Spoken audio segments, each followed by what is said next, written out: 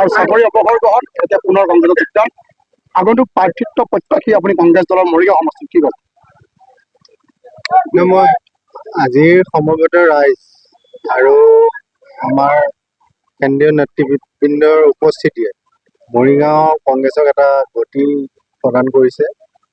মই 91 চনতেই জিলা এনআৰচিৰ সভাপতি আছিলোঁ আৰু কৰ্মসূত্ৰে মই কিছুদিন কাপোৰৰ সিপাৰে থাকিব লগা হৈছিলে আৰু বৰ্তমান মই চাকৰিৰ পৰা ভলণ্টিয়াৰী স্বেচ্ছামূলক অৱসৰ গ্ৰহণ কৰি অসমৰ অৱস্থা, মৰিগাঁও কংগ্ৰেছৰ অৱস্থা দেখি মই কংগ্ৰেছ দলক আজিৰ পৰা সক্ৰিয়ভাৱে মই সহযোগ কৰিছোঁ আৰু যিটো জাতি দিনে দিনে এলেহুৱা হ'বলৈ ধৰিছে, এলেহুৱা হোৱাৰ প্ৰৱণতা বৃদ্ধি পাইছে, সেই জাতিটো এলেহুৱা যদি হৈ থাকে, এলেহুৱা জাতি এটা কেতিয়াও পৃথিৱীত তিষ্ঠিত থাকিব নোৱাৰে আৰু সেইটো কথা উপলব্ধি কৰিয়ে জাতিটোক কৰ্মমুখী কৰাৰ স্বাৰ্থত মই কংগ্ৰেছ দলক আজি সক্ৰিয়ভাৱে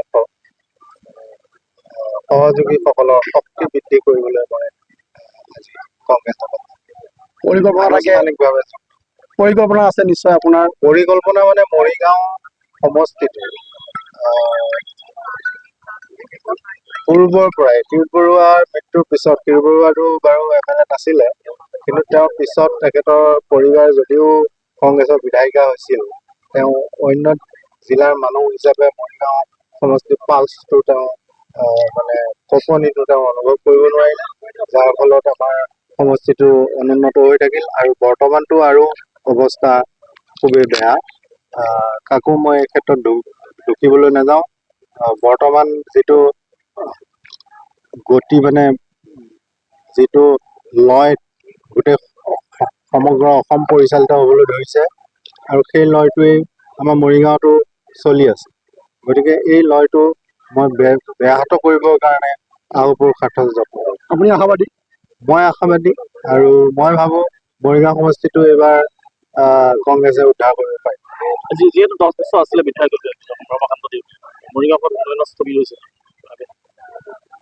সেইটো মোতকৈ আপোনালোকে বেছি জানিব। মই সেই বিষয়ে একো নকওঁ, কিন্তু মোৰ চকুত মই যিটো দেখিছোঁ, মৰিগাঁও সমষ্টি একেবাৰে পিছপৰা, সমগ্ৰ অসমৰ ভিতৰতে আটাইতকৈ পিছপৰা সমষ্টি হিচাপে পৰিগণিত হৈছে আজিৰ তাৰিখত সকলো ফালৰ, মান সন্মানৰ ফালৰ পৰাই হওক, সকলো ফালৰ পৰা। গতিকে এই ধাৰাটো মই